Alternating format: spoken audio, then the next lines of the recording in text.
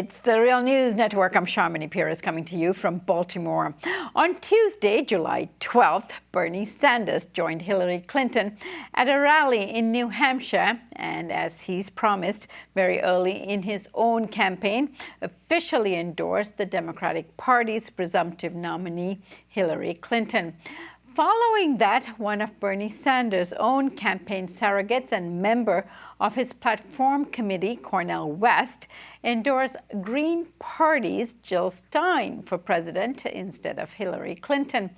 It is also worth noting that Sanders himself had previously referred to Clinton versus Donald Trump as the lesser of two evils. Well, where does this leave the Green Party? On to discuss this with me is Dr. Jill Stein, the head of the Green Party of the U.S. and the 2016 presidential candidate. Thank you so much for joining us. Good to be with you, Sharmini. And just for the record, our nominating convention takes place just after the Democrats. So at this point, I'm just a presumptive nominee. Thanks for that clarification, Dr. Stein. So, Dr. Stein, you were critical of Bernie Sanders for endorsing Hillary Clinton, but you also invited him to lead your party. Why? Well, to be clear, I'm not critical of Bernie for endorsing Hillary Clinton. He said that he would do that. He is a person of integrity and a person of his word, so one would expect him to have followed through on it. I just think he's a team player, but he's playing on the wrong team, and I wanted to, see how we could learn from this very compelling and dramatic experience where his campaign has really been sabotaged by very underhanded techniques and tactics by the Democratic Party.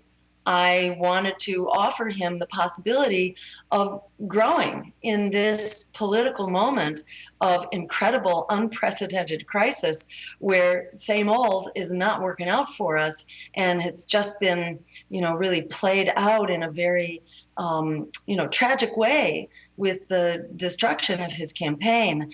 My hope was perhaps he was ready to explore something different.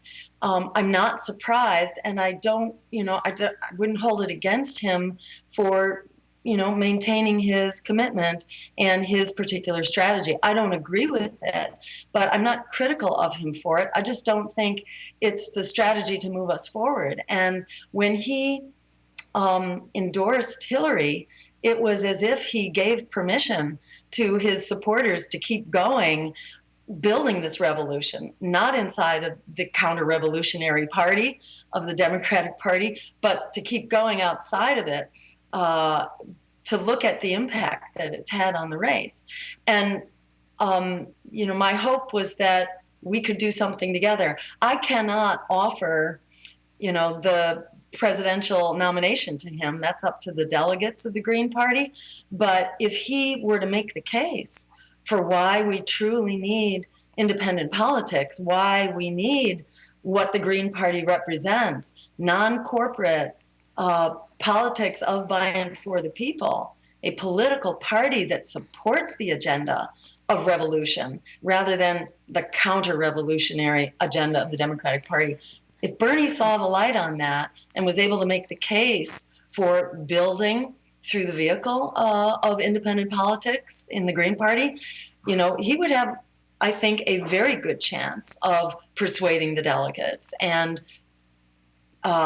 joining me on the ticket, either in the VP slot or in the presidential slot. It would take a rules change, but I think all things are possible, and this is a historic crisis that we're in right now. It calls for new thinking. So, that was my pitch to him. He's not, that's not in the cards for him now. But I think his supporters are another story. Dr. Stein, now we've come to a critical time. The Democratic Party convention is next week. And I'm sure there's enormous pressure on the Green Party to hand over, particularly in those swing states, hand over the Green Party members to the Democratic Party, and as not to do another Ralph Nader and split the vote and make sure that Donald Trump gets elected. I'm sure there's enormous pressure. You're resisting that pressure. Why? Well, splitting the vote could have been blamed on any of the minor parties in that race in Florida. And remember, it wasn't Ralph Nader, it was the Supreme Court that stopped the vote recount that would have been won by Al Gore. And it was Al Gore who decided not to fight that outrageous decision by the Supreme Court. So, you know, there's blame to be shared all around here. But in fact, Al Gore said that he would have done, he supported George Bush's policy and all the terrible things that we associate, you know, with George Bush. And this politics of fear that tells you to vote against what you're afraid of instead of for what you believe, that politics has a track record. The politics of fear has delivered everything we were afraid of. It is a propaganda campaign. We are the ones we have been waiting for. Democracy needs a moral compass. It needs values. It needs an affirmative vision. Right now, we have a situation where the American people are rejecting both of these candidates. Even the supporters of Hillary Clinton don't really support her. They just don't like Donald Trump. And the majority of Donald Trump supporters mainly are motivated by not liking Hillary Clinton. And the system is working overtime to disguise the fact that there are other choices. In fact, the kinds of choices that people are clamoring for, that stand up for the people's agenda that Bernie showed there was so much support for, that agenda is alive and well. Our numbers have actually tripled in the polls. We went from 2% to 6 and 7% over the course of the last 6 weeks without any coverage from corporate media. Can you imagine what it would be if we were actually getting some time? So, you know, like Alice Walker says, the biggest way people give up power is by not knowing we have it to start with. We have the power here. We even have the numbers just to look at the people who are trapped in student debt. So Dr. Stein, before you go there, let me ask you something here. Some environmental organizations are saying that Hillary Clinton is running on the most environmentally friendly presidential platform ever in the history of the United States, and 500 million solar panels by the end of first term, and to set a 10-year goal for generating enough renewable energy to power every home in America is her rhetoric.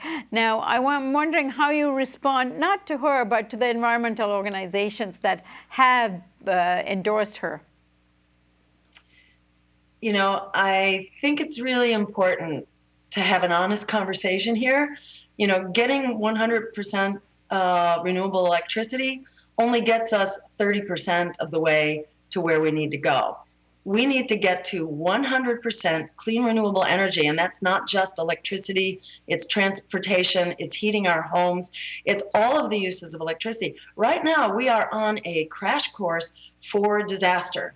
The NOAA, National Oceanic and Atmospheric Administration, a couple weeks ago announced a new report, which they called the Oh My God report, coming up from the Antarctic, which will be rolled out over the course of the next year. This was just a verbal report that at the rate we're going, we can expect to see 9 feet of sea level rise as soon as 2050. This is like Jim Hansen's report from the year before. So the science is very clear. We are not going to survive even with renewable electricity in 10 years. We have an all-out state of emergency, which is why we are calling for a Green New Deal. This is not about politics. This is about survival. In this election, we are not deciding what kind of world we will have, but whether we will have a world at all. And that's not just on climate, it's on nuclear weapons, it's on the expanding wars, and the Democrats have been every bit as much a party to this disaster as the Republicans have,